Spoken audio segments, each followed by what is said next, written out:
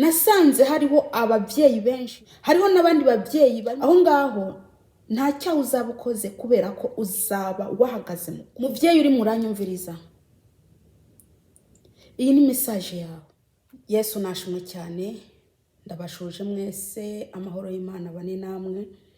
Ndashuhuje ababyeyi, ndashuhuje abakobwa, ndashuhuje abapapa, nkabashuhuje abasore, ndabashuje mwese mu izina ry'umwami wacu Yesu Kristo. Aho muherereye hose ndabashuhuje.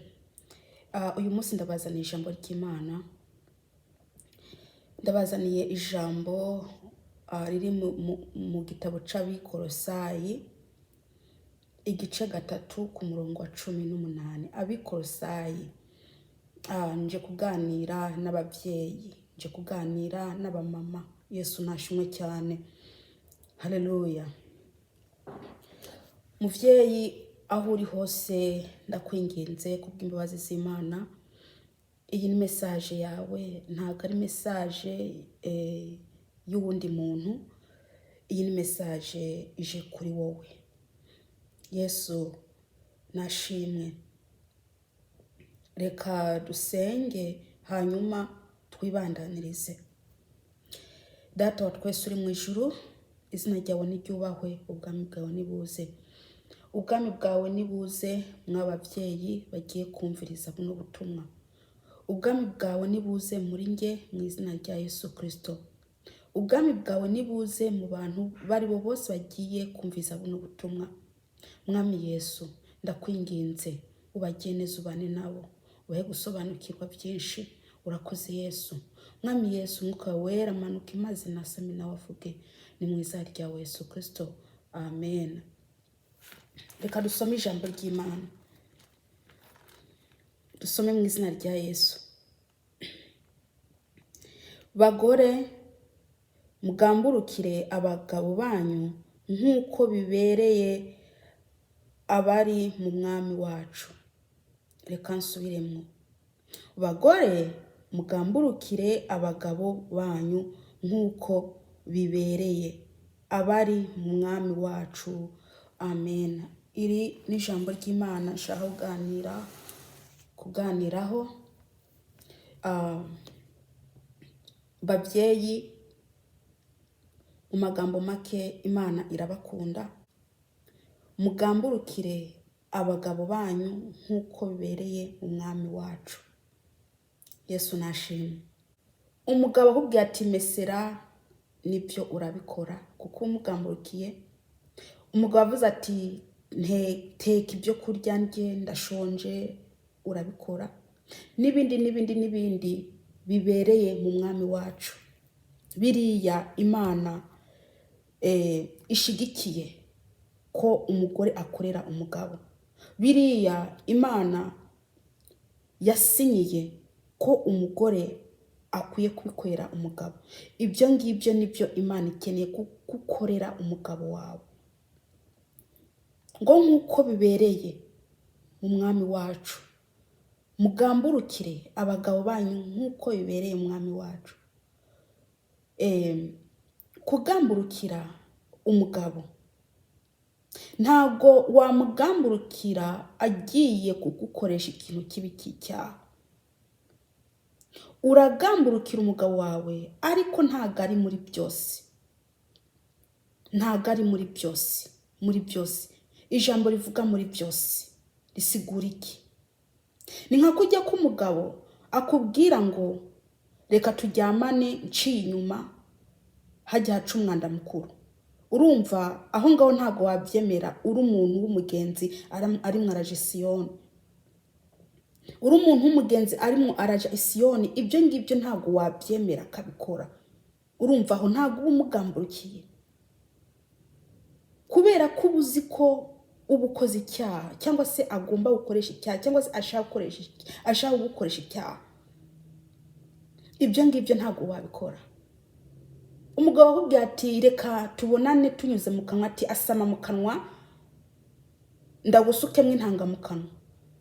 Ibyo ngibyo ntago wabikora, kubera ko aho Imana yaremye haca intanga ni hamwe gusa, ntago ari habiri. ni hamwe honyine, nawe urahazi. Rero avuze ati basama mu kanwa, ndabigukwere mu kanwa. Aho ngaho rwose ntabwo wamugamburukira kubera ko uzi ko ari icyaha agiye gukoresha. Mu gihe aba ashaka gukoresha icyaha ntabwo ukwiye kumugamburukira mu ibyo byaha bye. Mugamburukire abagabo banyu nk'uko bibereye mu mwami wacu. Ibitashimisha Imana ntukwiye kubikora. Ibyo Imana ireba ikababara ntabwo ukwiye kubikora. Ibyo Imana ireba ikazabiguhanira wabikoze ntabwo ukwiye kubikora. Nasanze hariho ababyeyi benshi barimo bararongorwa banyuze inyuma ahaca umwanda mukuru. Hariho n'abandi babyeyi barimo bararongorwa banyuze mu kanwa, n'intanga z'abagabo babo bakazibasuka mu kanwa. Ibyo ni ibintu biri kubiratera Imana izeseme. Ibyo ni ibintu Imana iri mwiranga, ni ibintu Imana itemera. Rwose niwavuga uti ntabwo uri bubikore ukabyanga, aho ngaho nta cyaha uzaba ukoze kubera ko uzaba wahagaze mu kuri, ntushaka gukora icyaha. Nta cyaha uzaba ukoze mu gihe uzanga ko umugabo wawe gukoresha nabi ibintu bibi, agukoresha ibyaha. Mubyeyi uri muranyumviriza, iyi ni message yawe. Umugabo wawe arashobora kuba yagukoresha ibyaha. Nk'akarorero, niba umugabo wawe agutegeka kuja mu bapfumu, ukwiye kubyanga. Mu gihe uzi ko uri mu rajisiyone, mu gihe uzi ko ufite Kristo muri wowe, ntukwiye kuja mu bapfumu.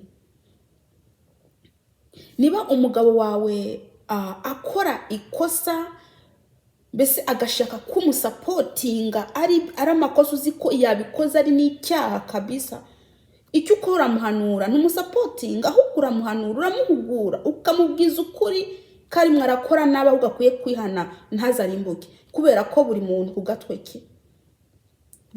gatwe ke. Niwe mushigikira mu gihe azaba ari mwarakora ikosa, cyangwa se mu gihe azaba ari mwarakora amafuti ibyaha bye, ukamusapotinga wewe n'umugabo wawe mukabikora, mbese ukamusapotinga yakoze neza. Uramenya niba azarimbuka nawe uzarimbuka kubera ko washigikiye icyaha.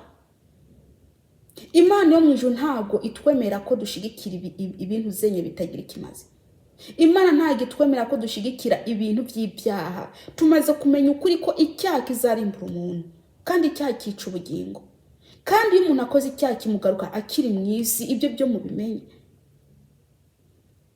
Niba umugabo wawe avuga ngo reka tubonane nyuze ahanyura umwanda mukuru, nawe ukabyemera, utihanye kirakurimbura, kandi noneho ukiri no mu isi kikanakugaruka. Ukiri no mu isi icyo cyaha kirakugaruka, ingaruka y'icyo cyaha irakuzaho byanga byakunda, biratinda ariko birakugarukaho, birakuzaho. Rero kugamburukira, mubagamburukire ariko atari mu nzira y'ibyaha. Mubagamburukire mubibereye mu mwami wacu. Reka nongere nsubire muno jambo. Bagore, mugamburukire abagabo banyu nk'uko bibereye abari mu mwami wacu. Nk'uko bibereye abari mu mwami wacu. Bishatse uvuga ko ntabwo ushobora kugamburukira umugabo wawe mu bintu by'amafutifuti, mu bintu uzi ko bizatwara ubugingo bwe bikaburimbura, mu bintu uzi ko nawe ubwawe ubyemeye ukabikora kuzarimbuka. Ntabwo ukwiye kubisapotinga, ntukwiye gukora ibintu nk'ibyo. Ngereka ndabibutse ko umugabo n'umugore umugabo azabazwa ku gatwe ke n'umugore abazwe ku gatwe ke. Niba ubona umugabo wawe arimo arakora umurimo w'Imana akagerageza gukiranuka nawe ukaguma wibera mu businzi no mu busambanyi no mu buki, ntugire ngo ibyo uri murakora wa mugore we, ntugire ngo Imana izabibaza uwo mugabo wawe. Imana izabibaza wowe ku gatwe kawe. Wowe ku gatwe kawe. Nimba umugabo wawe yibereye umusambanyi, yibereye umujura, yibereye umwicanyi, ntugire ngo ibyo arimo arakora ngo Imana izabiguharurako. Izabibaza uwo mugabo arimo arabikora. Rero buri muntu ku gatwe ke, ahari hose akwiye kumenya ko buri muntu azabazwa ku gatwe ke. Buri muntu azabazwa ku gatwe ke. Rero abagabo banyu nibaza babagira iki, babahenda bakabakoresha ibyaha ngo ndakunda umugabo wanjye, uramukunda ndabizi uramukunda, ariko ni wakunda umugabo wawe gusumbya uko ukunda Yesu Kristo, ntabwo uba ukwiye Kristo. Ariko arashaka kugukoresha ibyaha, ukwiye kumubwiza ukuri ati ibi ni ibyaha, ntabwo nabikora kubera ko sishaka kurimbuka. Umubwiza ukuri, umubwiza ukuri. Ari ibintu ubona ko bizakurimbura, mubwiza ukuri. Ari ibintu ubona ko Imana ibyanga, mubwiza ukuri. Umubwiza ukuri, Imana izagushigikira. Imana izagushigikira. Mwene data, hariho ababyeyi benshi barimo baraheba kabisa ubugingo bwabo bakabutanga pepe, bagashigikira abagabo babo mu kwiba, bagashigikira abagabo babo mu mafuti ariyo yose, bakabasapotinga. Mbese nimba umugabo ashaka kubonana nawe hanyuze umwanda mukuru akema ati ndagukunda. Nimba umugabo ashaka kunyura mu kanwa babonana mu kanwa ati rwose ndagukunda, ntamenye ko ubugingo bwiwe ari mwarabutakaza, ari mwarabubura. Ubugingo bwe ari mwarabuha icyo cyaha. Ubugingo bwe burimo burononekara. Ubugingo bwe burimo burarimbuka, burimo burapfa. Ariko mu gihe wahagaze muri Kristo Yesu ukavuga uti dukwiye gukora iby'Imana ikeneye, dukwiye gukora iby'Imana ishaka, ukamubwiza ukuri, ukanga gukora ayo mabi, Imana izagushigikira. Izabona koko ko wahagaze. Yesu nashimwe cyane. Gamburukira abagabo banyu, ariko atari mu cyaha. Mubumvire mu byo bababwira, ariko atari mu byaha. Nimba bababwira ibintu mukumva harimo umutego w'icyaha, umubwira uti rwose nawe urabizi ibi ngibi Imana ntibyemera. Umubwiza ukuri, ntumutuke, ntumukarire, ntumugire ikintu na kimwe. Umubwiza ukuri gusa, uce wicecekera, wigire kwisengera. Yesu nashimwe cyane. Tugerageze. Imana yarabahaye umwuka wera, nubwo mutavuga mu ndimi, ariko Imana yarabahaye umwuka wera wo kubayobora. Murafite umwuka wera abayobora by'ukuri muri nawe. Mukwiye gukora iby'umwuka ababayoboramwo. Mugamburukire abagabo banyu nk'uko bibereye abari mu mwami wacu. Nk'uko bibereye.